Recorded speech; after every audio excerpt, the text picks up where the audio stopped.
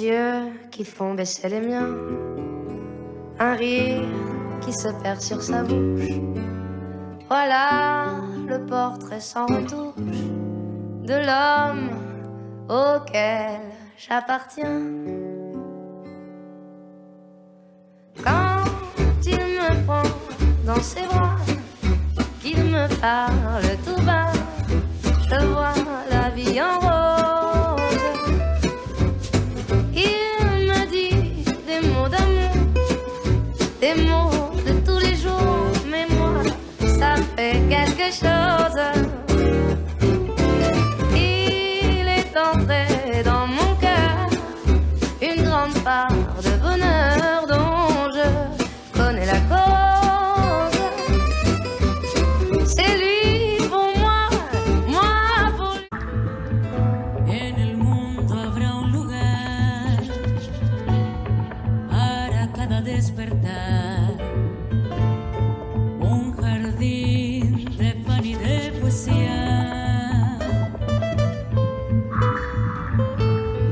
porque puestos a soñar, fácil es imaginar esta humanidad en armonía. ¡Le París!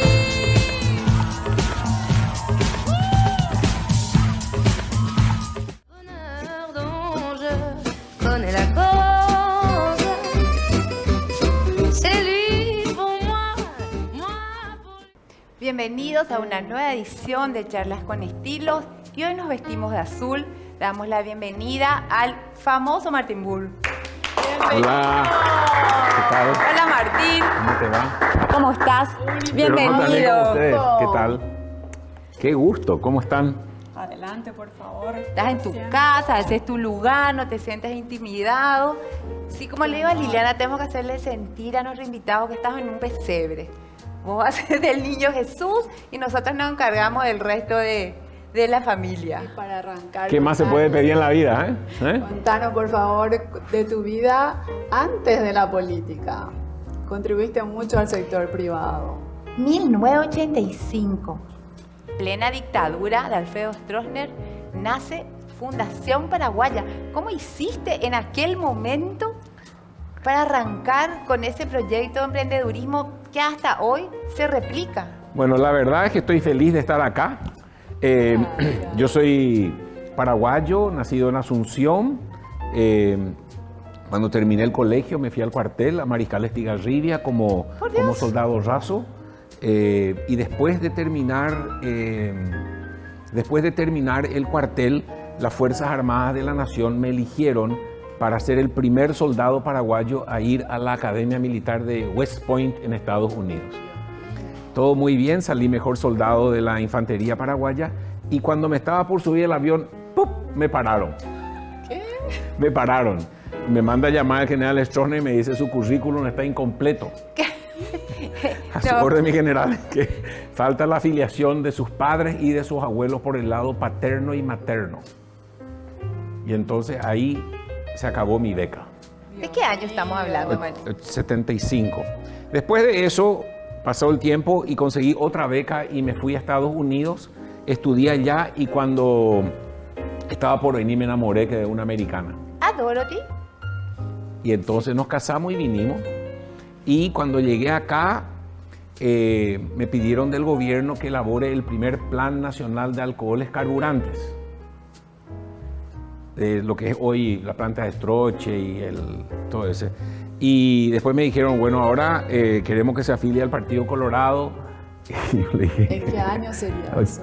83, cuando vine recién.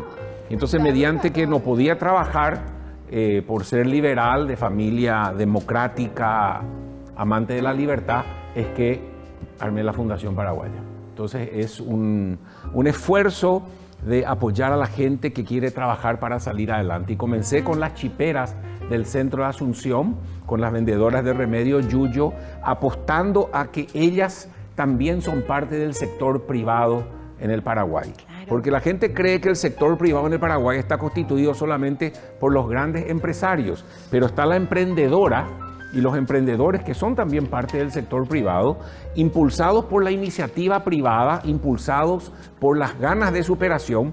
Y en el Paraguay hoy hay 350.000 funcionarios públicos, 1.200.000, 1.300.000 empleados del sector privado y 1.500.000 emprendedores y emprendedoras, mayormente jefas de hogar, que trabajan para salir adelante. Así que mi vida ha sido ayudar a que la gente pueda salir adelante.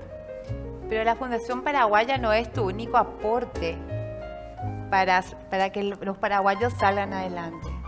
También nos enteramos por ahí que sos cofundador de la prestigiosa Moisés Bertoni. Sí, eso fue, la Fundación Bertoni está basada en la Fundación Paraguaya. Y ahí es donde decidimos impulsar la creación y la protección de la reserva del Maracayú. Creamos la reserva del Maracayú y nos sentimos tristes y contentos. Contentos porque hicimos la mejor reserva en el Paraguay y tristes porque el gobierno no quiso copiar el modelo y hoy en día las reservas manejadas por el gobierno nacional están todas devastadas. Entonces se demostró que un grupo de ciudadanos de la sociedad civil pueden salvar el bosque y hoy tenemos más de 65.000 hectáreas protegidas en perpetuidad y ahora estamos con una excelente noticia. Contanos, que nosotros queremos contar noticias positivas, noticias buenas que muestren ese Paraguay que todos queremos conocer. En la reserva del Maracayú, originalmente nuestra estrategia era defender el área boscosa, ¿verdad? El bosque propiamente dicho, con una estrategia de mantener a la gente alejada para que no se deprede y también con guardaparques. Después de haber hecho la Escuela Agrícola de Cerrito, impulsamos una escuela de señoritas indígenas, campesinas, brasiguayas, para no solamente proteger el bosque, sino la biosfera. Y entonces esa escuela se nutre, sus estudiantes, de las poblaciones aledañas de Igatimí y de Curuguatí, y las educa en un bachillerato técnico ambiental, y hace 10 años está devolviendo a la comunidad chicas preparadísimas para que puedan triunfar en la vida y de paso ser custodios del bosque. Y ayer de tarde en La Haya, en Holanda, una graduada de nuestra escuela que se llama Adriana Alegre ganó el premio mundial al emprendedurismo juvenil ecológico por una iniciativa que están haciendo ya ellas, las graduadas de nuestra escuela de Maracayú, en Villarrica como estudiantes universitarias, tomando hortalizas que se están por tirar del mercado de Villarrica y haciendo mermeladas de tomate y de locote, venden eso, con eso se mantienen en la universidad. Martín, pero ese es el Paraguay con el que todos soñamos, el que todos anhelamos, claro, ¿verdad? Claro. Estabas hablando de tus escuelas y quiero que me cuentes cómo nace la Escuela Agrícola San Francisco y cómo lograste replicar eso en tantos países en el mundo, llegando a la lejana Tanzania, por ejemplo. ¿Cómo llega la Escuela Agrícola de San Francisco a Tanzania? Cuando yo terminé mi periodo en la Municipalidad de Asunción, se me acercó la iglesia y me dijeron, nosotros queremos darte la escuela. Había una escuela agrícola que se llamaba la Escuela Agrícola San Francisco que estaba en bancarrota porque el gobierno no le cumplía su promesa de pagar los salarios. Entonces dijimos, desarrollemos un modelo autosuficiente por el cual la escuela no necesite de rubros, sino por el contrario, a partir de la excelencia académica, aprender haciendo en el aula, después en la práctica, pero también con un espíritu emprendedor, los jóvenes agricultores, chicas y muchachos, puedan generar suficiente riqueza para pagar a partir de la producción de la escuela toda su formación. Y hoy tenemos una escuela con 150 estudiantes, hombres y mujeres, con 40 adultos, profesores, que se mantienen con un presupuesto de 4.500 millones de guaraníes, unos $700.000 que se producen adentro del campus. ¿Y cómo llegaste a Tanzania, Martín? Y nos empezaron a visitar de todo el mundo, nos empezaron a visitar de Brasil, de Sudáfrica, de Nigeria, de la India, de Centroamérica, con un modelo por el modelo de la autosuficiencia.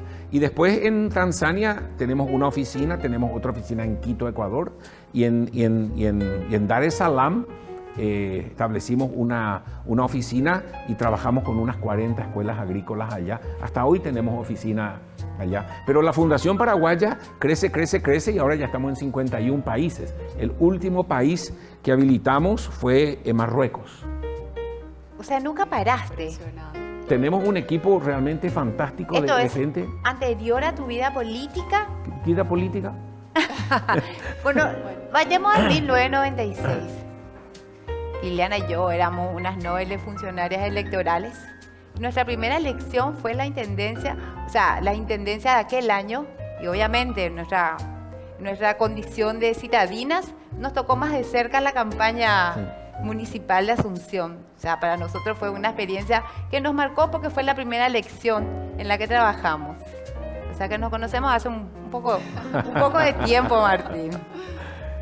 Mira, no sé,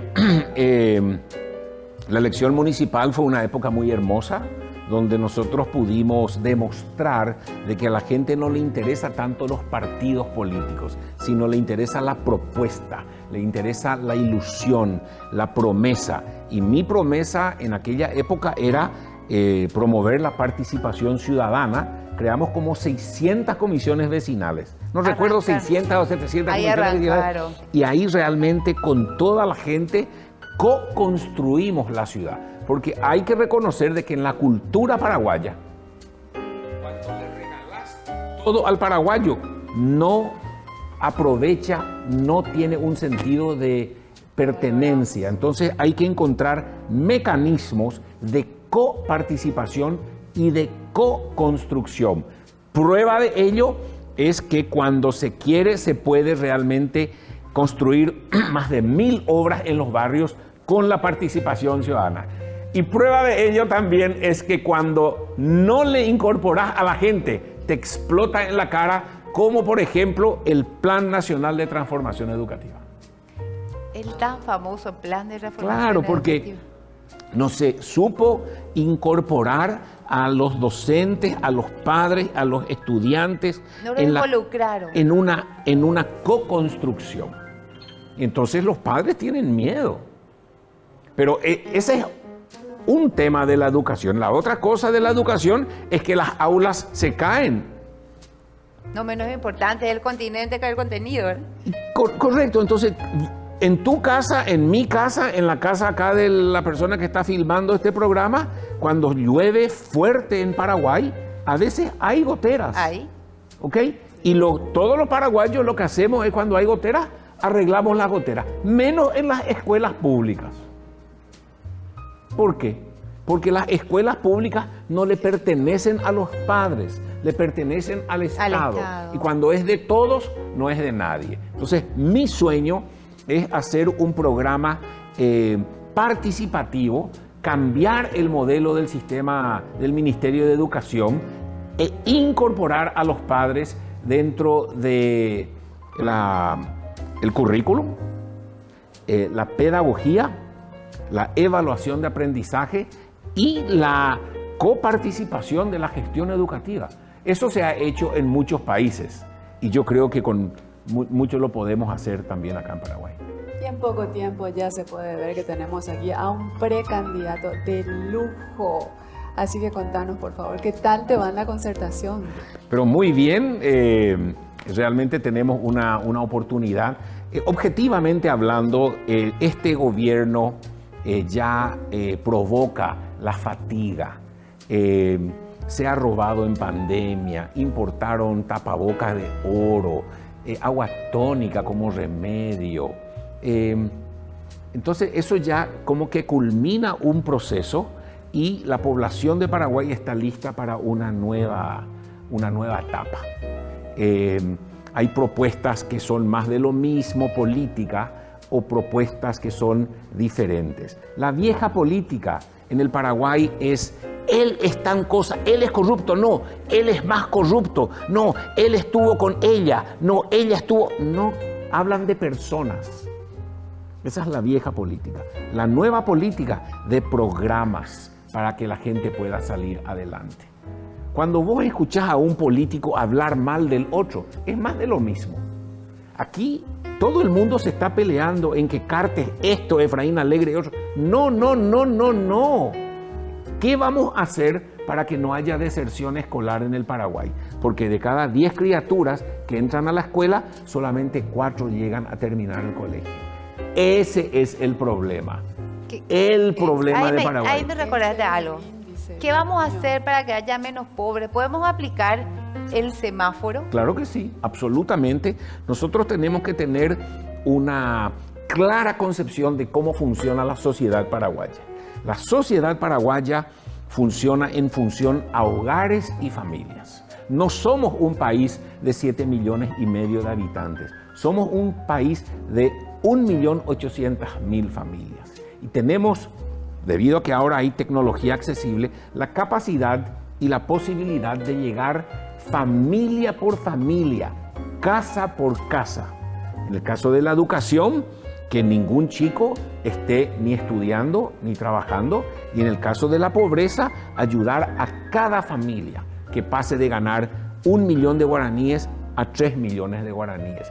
Ella querrá tener un taller de costura, él querrá tener un taller de mecánica, él querrá tener una habitación adicional. O sea, nosotros tenemos que aprovechar la tecnología ahora para personalizar las intervenciones del Estado. Antes era el Plan Nacional de Desarrollo, en mi época también el Plan Municipal de Desarrollo. Hoy en día, escúchame bien, podemos tener 1.800.000 planes familiares para salir adelante. Yo ya lo estoy haciendo en Paraguay, en toda América Latina, en África, en Asia. Tenemos una oficina en Chicago que lo está haciendo, tenemos otra oficina en Londres, en Quito, Ecuador, como te mencioné. Entonces, hoy en día nosotros tenemos que animarnos primero a cambiarnos nosotros mismos. El cambio comienza con uno y posteriormente inspirar a la gente a que podemos salir adelante. Nos merecemos salir adelante. Por supuesto. Y hablando de políticas, Martín, ¿qué diferencia sustancial encontrás entre la concertación de hoy y la Alianza para el Cambio que hizo posible la llegada de Fernando Lugo a la presidencia? Interesante la pregunta. Yo creo que es una iniciativa de juntarnos todos. Yo creo que la concertación es, fíjate que están los mismos actores. Por eso. Entonces yo creo que ambos han aprendido de los errores y creemos que se puede realmente llegar a una construcción interesante. Pero tenemos que superar el personalismo, no hablar de personas, sino de programas, ¿verdad? ¿Qué tipo de programa de salud? ¿Qué tipo de programa de educación? Porque como dice mi amigo Eduardo Nakayama, si vamos a cambiar media docena por 6, no vale nada. Así mismo. ¿Crees que la concertación sufrió algún debilitamiento con la enfermedad del senador Fernando Lugo? Bueno, yo creo que el Frente Guazú realmente está debilitado en ese sentido porque su líder natural ha salido de la carrera. Pero lo más importante, como te digo, no es hablar de personas, sino de programas.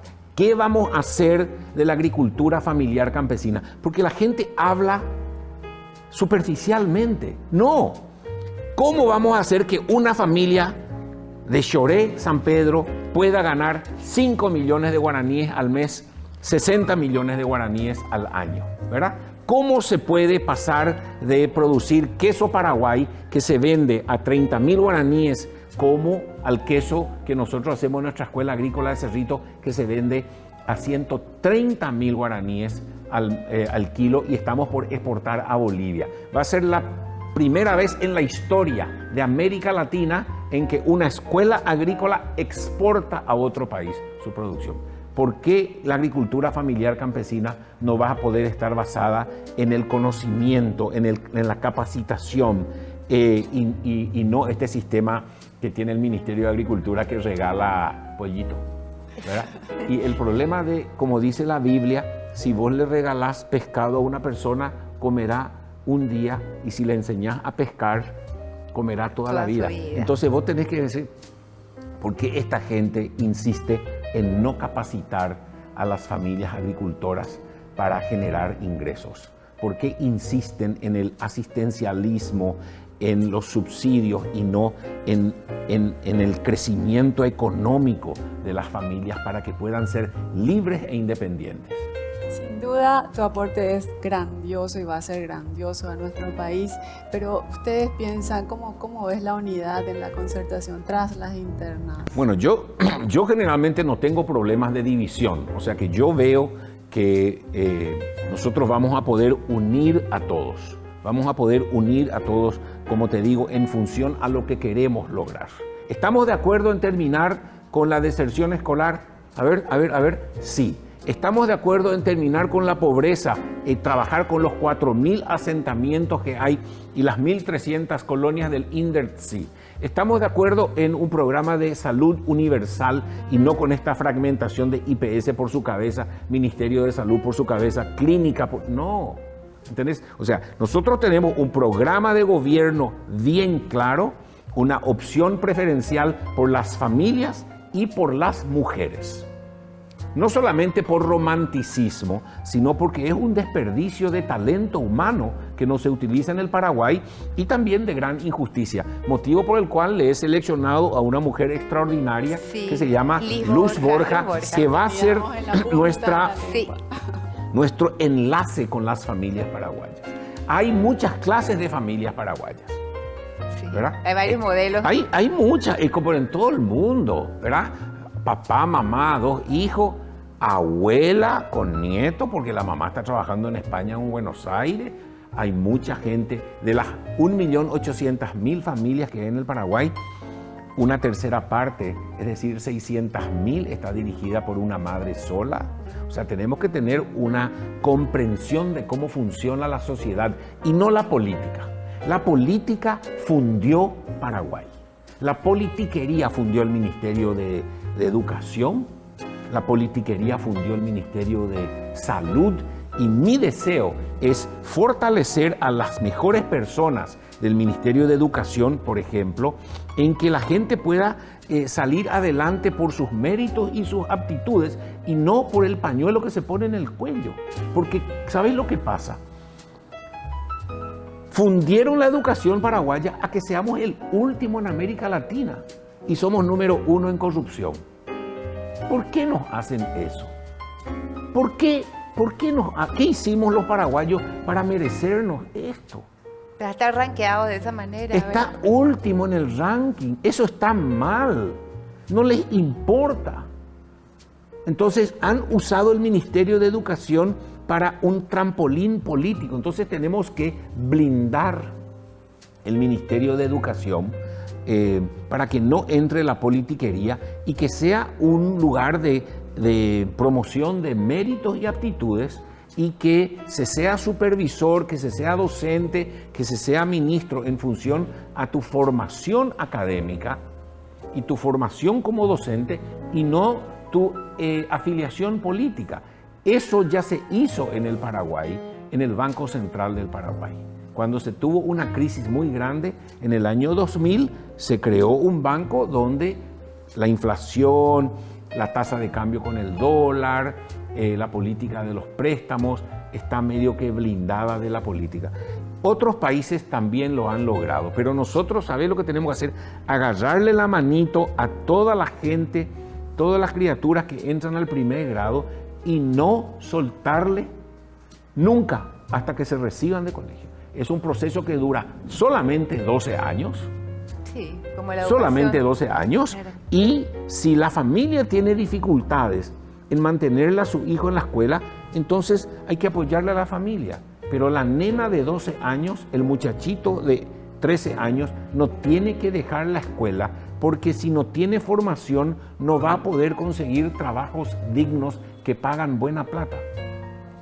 Eso me recuerda a algo que Liliana me habla con frecuencia, que ella siempre me habla de formalizar el oficio en este país. Ella me dice, no hay gente que se especialice en oficio. Es lo que más cuesta conseguir, me dice. Porque el currículum del Ministerio de Educación está desfasado. Entonces lo que yo digo es, necesitamos sacar la politiquería del Ministerio de Educación, porque si no, no da gusto darle más plata. Porque Claro. darle más plata a una institución de que los operadores políticos son los que van a utilizar esa plata, medio que es un barril sin fondo. Entonces, nosotros tenemos que hacer eso, pero yo creo que lo podemos hacer. Nosotros tenemos muchísima gente guapa formada en el Paraguay. Lo que tenemos que es parar la pelota, terminar con esta corrupción y hablar en función de programas paraguayos y terminar con este tema de la afiliación. ¿Qué te importa a vos si la maestra es colorada o liberal? ¿Qué importa con tal de que sea una buena docente? Nosotros tenemos que recuperar el espíritu de la Guerra del Chaco. En la Guerra del Chaco, todos los partidos enterraron sus hachas de guerra para trabajar por la... ¿verdad? Después de la guerra se armó un guarará otra vez. Y nuevamente los historiadores como Eduardo Nakayama te va a contar todos los detalles de toda la guerra verdad de que la paz. Tenemos- Con el profesor Naka. Pero durante la guerra, todo el mundo estaba alineado con un solo objetivo y no hubo un solo caso de corrupción. En Itaipú, hasta acá la corrupción. En la Guerra del Chaco, cero. Ese es el ejemplo que nosotros tenemos que rescatar. Y te digo lo de la Guerra del Chaco, no solamente porque fue con un gobierno liberal, porque el coronel Alejandrino Garay era hermano de un héroe colorado, Blas Garay, colorado, ¿verdad? De todas las tendencias había, y no había ningún problema.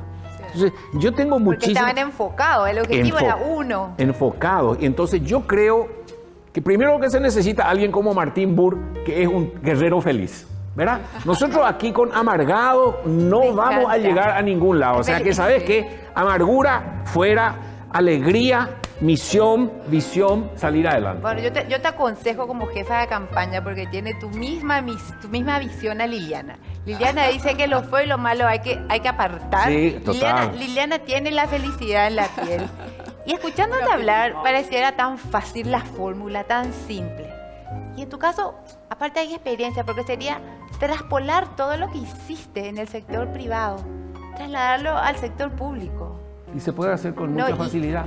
Y exitoso. Entonces, el Ministerio de Educación, de Agricultura tiene un montón de escuelas agrícolas que están fundidas. Sale en el diario. Escuela Agrícola Mariscal Estigarribia se cae a pedazos. Escuela Agrícola Santa Rosa La Guaraí se cae a pedazos. La Escuela Agrícola de Ubicuí se cae a pedazos. ¿Pero y por qué?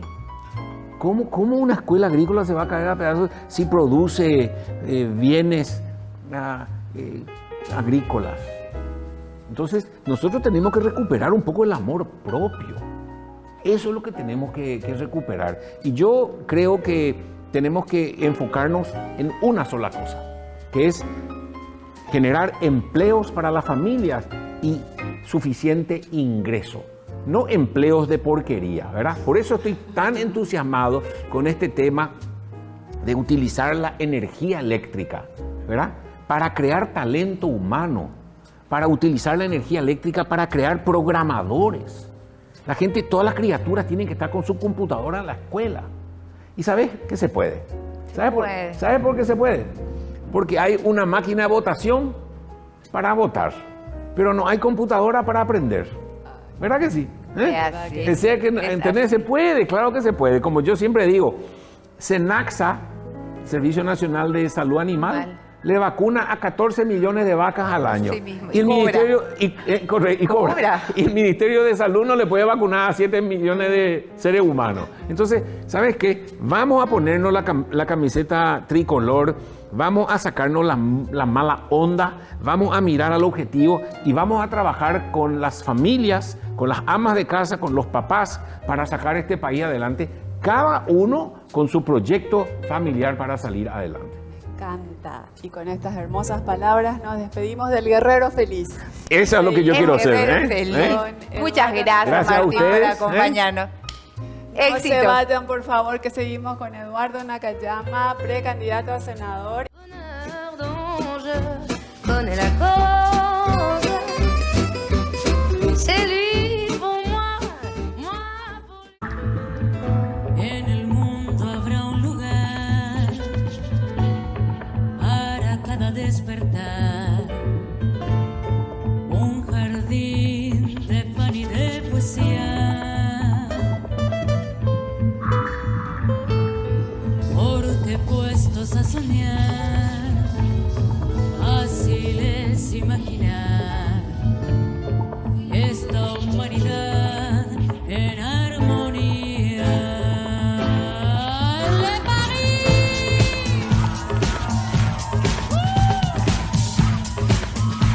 Bonheur dont je connais la cause, c'est lui pour moi, moi pour lui. Tenemos el honor de presentar a Eduardo Nakayama, precandidato a senador por el Partido Liberal. ¡Bienvenido!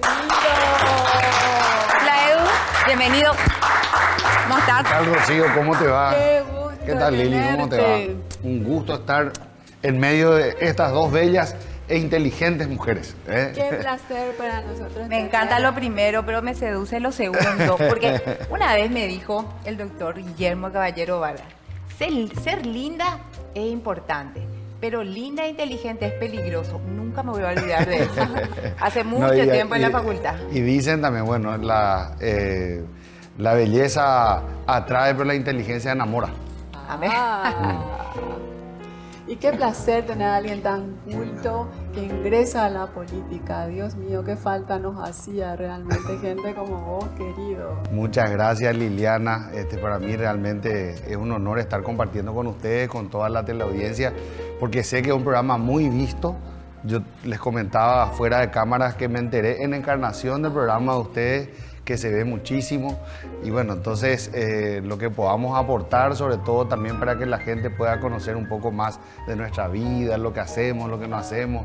Me parece que es muy importante que veamos distintas facetas que tenemos cada uno de nosotros, que de alguna forma u otra nos metemos también en la vida pública, ¿verdad? Y de eso se trata. Queremos enfocar quién es el personaje o la persona detrás del candidato, porque para la presentación de plataformas o campañas electorales hay muchos programas, pero nosotros queremos mostrarle a nuestro público quién es Eduardo Nakayama.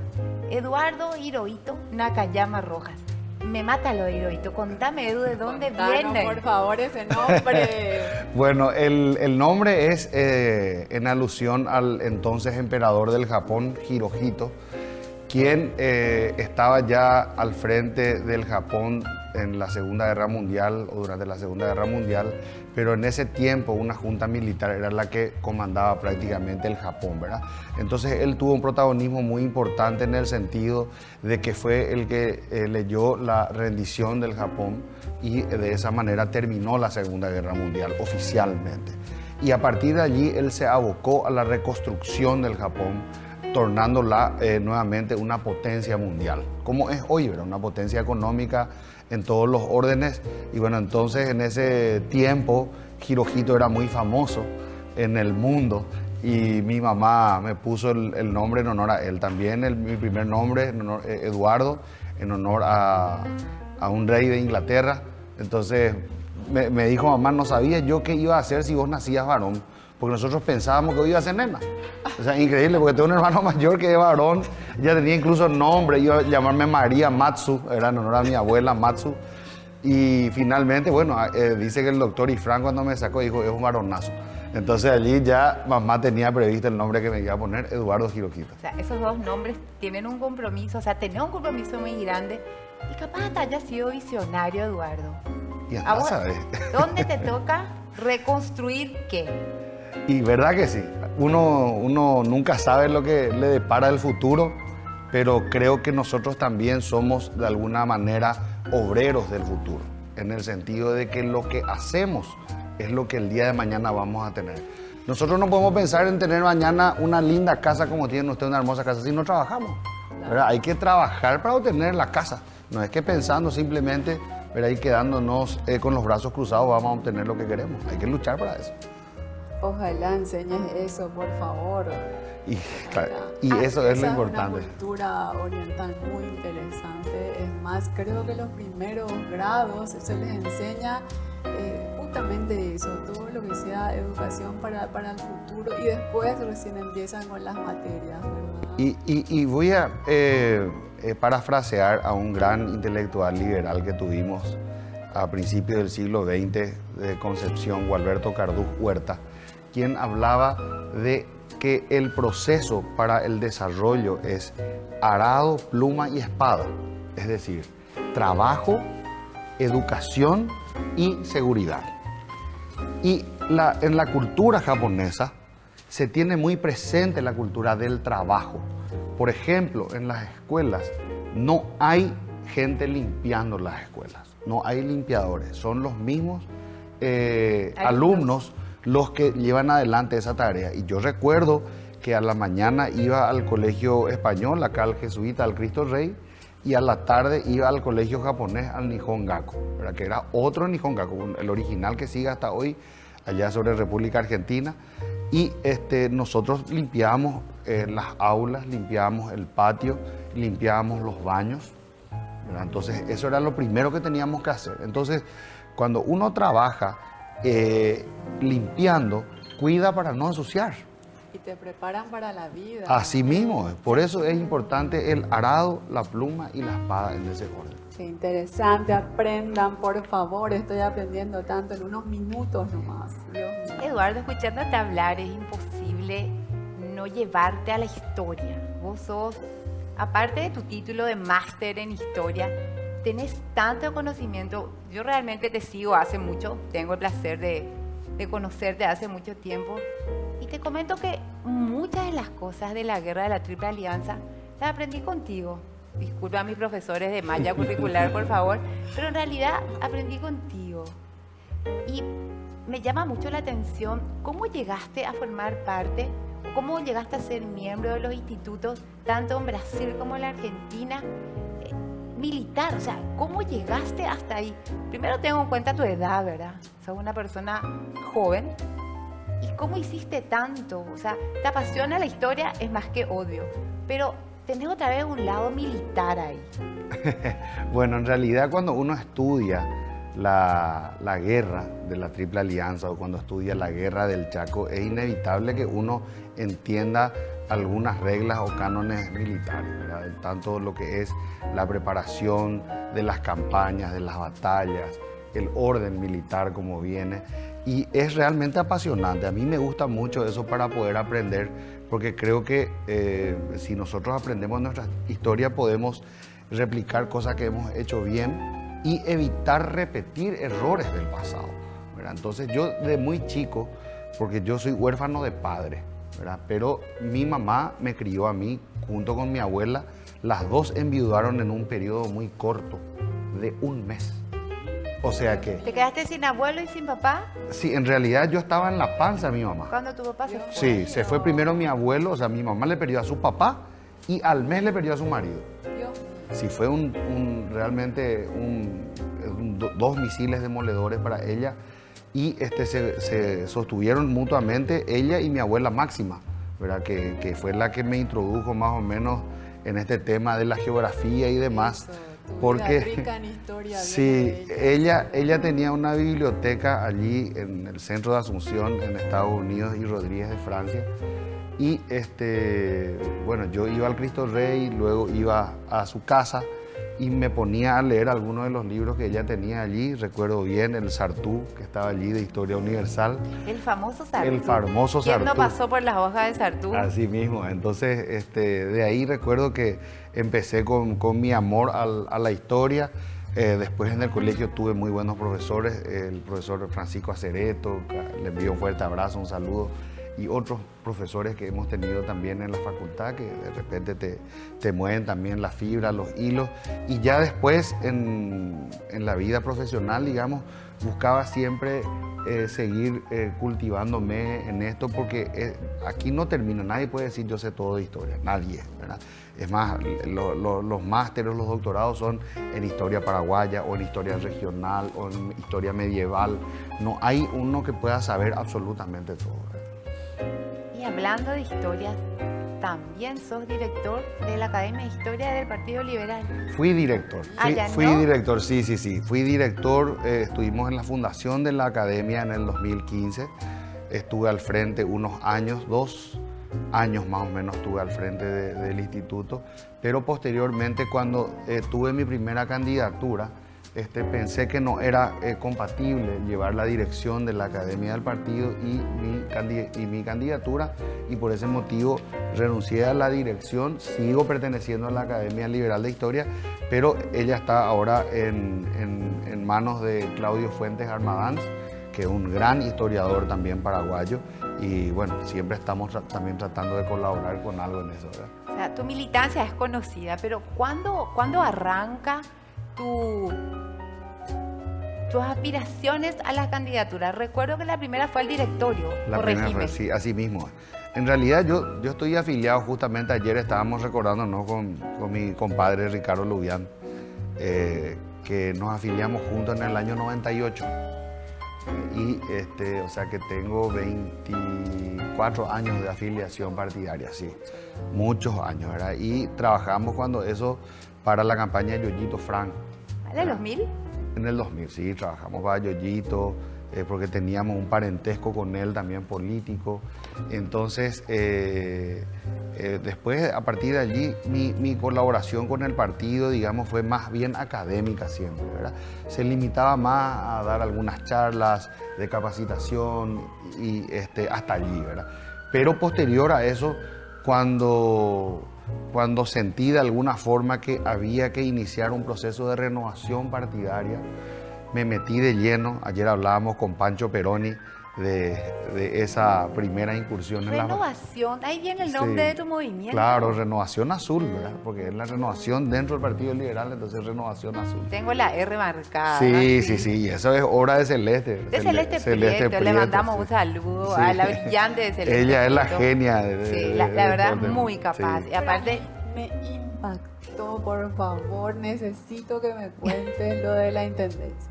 Porque una cantidad inmensa de votos que tuviste, por favor.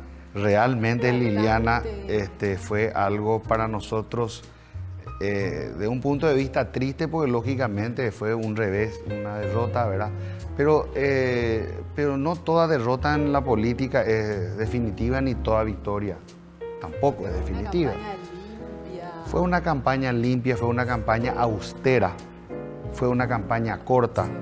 Fue una campaña en la cual no hemos pegado un solo afiche en ninguna columna, no hemos puesto ningún pasacalle, no hemos pintado ninguna pared, ¿verdad? Y con todo eso hemos llegado al electorado asunceno, ganamos en muchísimos colegios electorales, la diferencia fue muy pequeña, fue del 4%, y de acuerdo a lo que hemos hablado con el equipo posterior a la elección, lo que faltaba fue un poquitito más de conocimiento de mi candidatura, ¿verdad? Porque llegamos nosotros con un nivel de conocimiento del 75%, mientras que el adversario tenía 98,5%. Era una persona ya de muchos años, estaba en el cargo, ya había tenido televisión y demás. Y yo venía, si bien en el ámbito académico o dentro de mi partido se nos conocía, Así Rocío, mismo. ya teníamos una relación de muchos años y demás, o algunos que me seguían por temas de historia, eso no le llega a toda la gente, ¿verdad? Para llegarle a la masa popular, uno tiene que hacer un esfuerzo mayor, ya sea en publicidad, en televisión, en radio, medios masivos, ¿verdad? Y lo Ensuciando hicimos. la ciudad también. Claro, y Cosa nosotros que sí. no necesitamos apelar a eso, Liliana, ¿verdad? Hicimos una campaña buena a través de redes sociales, utilizando TikTok, Twitter, WhatsApp. recordamos a la sandía. Sí, a la la sandía y a la sandía. espada. Que te Tuvimos... volvió conocido a nivel país. Y sí, no, y eso es lo que siempre dicen los campañólogos, ¿verdad? Uno necesita que se instale la candidatura o la figura, ¿verdad? Hay veces que hay gente que te va a hablar bien, a otra gente no le va a gustar, pero lo importante es que se hable, ¿verdad? Y una vez que eso se instala, ya posteriormente, una vez que la gente te conoce, te puede escoger y finalmente votar, ¿verdad? Ese es el proceso del voto. Me contaron que despertaste un gran fervor en Alto Paraná, que la gente se tiraba, por favor, que había una euforia impresionante al verte, o sea, no es solo Asunción. Vos sabés, Lili, que yo estoy muy contento con el resultado de la campaña desde el punto de vista del conocimiento que llegamos a hacer, porque Asunción es como una caja de resonancia, es decir, lo que uno hace aquí en la capital repercute a nivel nacional. Entonces, cuando yo inicié inmediatamente después de terminada la elección mi gira a nivel nacional, yo sentía ese cariño de la gente, ¿verdad? Inicié las giras primero por Misiones, fui por San Patricio, fui por Ayolas, posteriormente fui a Encarnación, después fui acá a Zapá, Alto Paraná, y era impresionante. En Itapúa, sí. Fervor que para ti. Y también me contaban en Itapúa lo bien que te fue en Alto Paraná, imagínate. Así no mismo. En Encarnación, en un distrito. ¿verdad? Sí, total, de verdad. Y ahora estamos, justamente mañana estoy yendo de vuelta al sur. Voy a estar por allá haciendo unas recorridas, tanto por la zona de Encarnación, Cambuiretá, como también después en el nordeste del departamento. Entonces les doy un saludo cordial a todos los amigos de Itapúa y vamos a estar caminando con ellos en breve. Pero te tocó arrancar con el electorado más sensible que es Asunción. Convengamos que no sé si es diferente, pero tiene características propias. Hacer campaña en Asunción es costosa, probablemente sea la más costosa de todas, ¿verdad? Y la interna liberal en Asunción es generalmente sangrienta, se marca fuego en esa interna. Y ahí pasó algo muy interesante, Rocío y Lili, porque es tal cual como vos estás comentando, Rocío. O sea, las dos tienen muchos años de experiencia en el tema y saben que Capital es un bastión muy difícil, ¿verdad? Sobre todo en la interna. En la interna. Porque hay un costo muy elevado que uno tiene que pagar. Pero por suerte nosotros hemos logrado llevar una conversación sana con la dirigencia capitalina y sobre todo con los demás precandidatos, principalmente con Guillermo Cortés, a quien envío un fuerte abrazo, Willy. un saludo también a Willy. Hoy él está como precandidato también al Senado por otra lista, pero tenemos siempre el cariño y el respeto de siempre, y él tuvo una grandeza, era moral y política al declinar su candidatura y apoyar la mía, y a partir de allí iniciamos también otro proceso de construcción en el seno de la oposición, donde teníamos que buscar alianzas con los demás partidos, principalmente con Patria Querida, que tenía un electorado ya presente, digamos, aquí en Asunción, y logramos capitalizar eso con ellos, luego con las demás fuerzas políticas también, con la alianza del Encuentro Nacional y otras más, y finalmente logramos ir a esa elección no con el nivel óptimo de conocimiento que hubiésemos querido.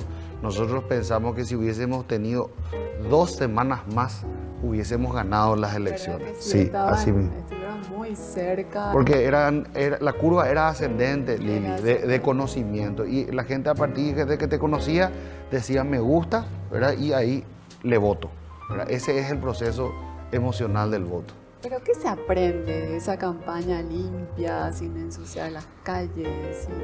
Se aprende, y es lo que yo quería justamente de alguna manera demostrar también, Lili, de que uno puede hacer una campaña sin necesidad de ensuciar la ciudad. Creo que eso definitivamente no fue lo determinante para ganar o perder.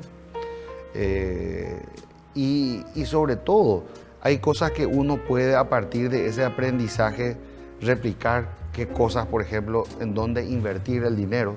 Nosotros generalmente estamos muy acostumbrados a invertir en la estructura, ¿verdad? Sí, justo eso quería ¿verdad? saber. Y el nivel de inversión que nosotros hicimos fue prácticamente de un 70% en estructura y solo 30% en medios y demás. Y sin embargo, como nos rindió el voto, fue exactamente al revés, incluso menos. Solo un 20% de los votos estructurados vinieron a mi candidatura y un 80% de los votos que recibimos fue de sectores independientes. Es decir, es muy importante que nosotros lleguemos con un contenido a la ciudadanía. hoy la gente ya no te compra cualquier cosa. No se venden los espejitos como antes, ¿verdad? Es decir, habrán quienes seguirán comprando sus bancas o quienes podrán seguramente tirando dinero o comprando solamente bolsas de pollo o haciendo la política tradicional de siempre asegurar sus votos o sus escaños, pero yo pienso que existe una nueva generación de gente que queremos algo diferente y que vamos a apostar por eso, ¿verdad? Sobre el punto, Eduardo, las elecciones generales, haciendo abstracción, yo doy por hecho que vas a dejar de ser precandidato en situación de espera y vas a ser candidato a senador por la Concertación. Las elecciones generales tienen un ambiente distinto. Sistema electoral nuevo, máquinas de votación nueva, voto preferencial. Entonces, lo nuevo siempre es más atrayente. Pero sobre todo creo yo que hay un ingrediente muy importante y que es una gran masa electoral de gente joven que ya no tiene arraigo por los partidos. Entonces, pero pienso, igual que muchos, que la oferta sigue siendo la misma. Hay elementos nuevos, pero la oferta no deja de ser la misma de siempre. Vos representás muchas cosas y entre ellas la renovación generacional tan necesaria dentro del partido, ¿verdad? Entonces, se me despliega aquella pantalla inmensa y veo tu cara. ¿Por qué voy a votarle a Eduardo Nakayama? Bueno, yo pienso que el hecho de cambiar 6 por media docena, de hecho, no vale la pena. Ya no. ¿Verdad? Pero sí creo de que gran parte de esta generación política actualmente en los cargos electivos ha fracasado. Y si ellos no tienen la entereza moral para asumir que han fracasado, nosotros tenemos la obligación de demostrarles eso a través de las urnas, ¿verdad? Yo soy un demócrata comprometido y estoy convencido de que la gente va a saber elegir y la gente va a saber decidir, ¿verdad? Y siente en el corazón la gente cuando alguien le habla de manera sincera y cuando le quiere vender espejitos, como hablamos, ¿verdad? Esta campaña que recientemente finalizó para la intendencia y que ahora actualmente ya nos está llevando de vuelta a otra que es la general, parece reciente. Pero vos sabés, Rocío, que yo empecé este camino hace 7 años. Yo sé. ¿Verdad? Y en 7 años estoy empezando a cosechar el fruto del esfuerzo. Y son reveses y reveses que hemos tenido que capitalizar. Fueron horas, días, semanas, meses y años que uno ha perdido de tiempo con la familia, con los amigos, ¿verdad? De cosas que uno podía haber hecho y no pudo hacer, de planes y proyectos familiares, económicos y demás, porque este es un desgaste en todos los sentidos. Te desgasta económicamente, físicamente, laboralmente muchas veces. Socialmente también, ¿verdad? O sea que en muchos sentidos es muy complicado, ¿verdad? Y como decía el doctor Eusebio Ayala, el cargo que uno ocupa, si realmente lo toma con la debida responsabilidad que merece, no es un cargo, es una carga pública. ¿Y qué te dice la gente en el país cuando estás recorriendo? ¿Qué te piden? La gente dice, Naka, no queremos que nos defraudes, no queremos que llegues y seas lo mismo de lo que nosotros estamos acostumbrados a ver. Entonces, esa situación para mí es muy importante porque es un compromiso de no llegar con la misma oferta política electoral. Nosotros necesariamente tenemos que cambiar, ¿verdad?, de mentalidad y eso tiene que empezar también desde la clase política. Yo particularmente he realizado durante toda mi vida creo tener una vida bastante ordenada, ¿verdad? No soy ni santo, ni perfecto, ni mucho menos, ¿verdad? Pero casi. Pero no, Casi, de una vida ninguna. ejemplar. No, pero sí me he esforzado mucho para tratar de llegar a lo que estamos consiguiendo como equipo. Y quiero mencionar eso porque acá no es Eduardo Nakayama. Eduardo Nakayama es quizás la figura visible, pero existe un enorme esfuerzo colectivo realizado por un grupo de personas, ¿verdad?, que ha logrado instalar esta figura y ha logrado instalar la idea de la renovación política, ¿verdad? Entonces yo me comprometo con la gente, con el pueblo, con mi gente, con todos los paraguayos, independientemente del color o la afiliación política que tengan, porque ahora me van a poder votar solo los liberales, pero después me van a poder votar todos. Y me voten o no me voten, yo voy a trabajar para que tengan mejoras en su vida. Ese es mi compromiso con ellos. Qué orgullo para nuestro país. Yo me atrevo a decir, siendo colorado, que te mereces ser senador. Sin lugar a dudas, yo creo que llegamos al Senado, Edu. Vamos a llegar, claro que sí. Eduardo Sí. Nakayama, senador, ¿cuál sería tu primer proyecto? Bueno, yo quiero ver justamente la cantidad de leyes que tenemos de balde, ¿verdad? Porque acá la gente te dice cuántos proyectos vas a presentar. Yo creo que nosotros tenemos que hacer eliminar leyes, ¿verdad? Tenemos un compendio imposible, ¿verdad?, de leyes que ya nadie entiende, muchas de ellas son contradictorias incluso, ¿verdad? Y nosotros tenemos que simplificar la vida de la gente, ¿verdad? Yo apuesto como liberal de pensamiento también a un achicamiento del Estado, ¿verdad?, desde el punto de vista de la eficiencia que tiene que tener. No estoy hablando de ninguna manera de que nosotros no tenemos que mejorar la educación. En todos los sentidos tenemos que mejorar. Tenemos que mejorar la salud pública y tenemos que mejorar la justicia. Esos tres proyectos yo tengo en primer lugar, ¿verdad?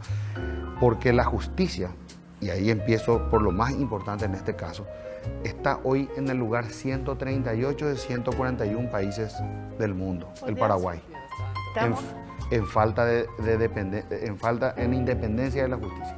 La justicia paraguaya no es independiente, eso está absolutamente comprobado, ¿verdad?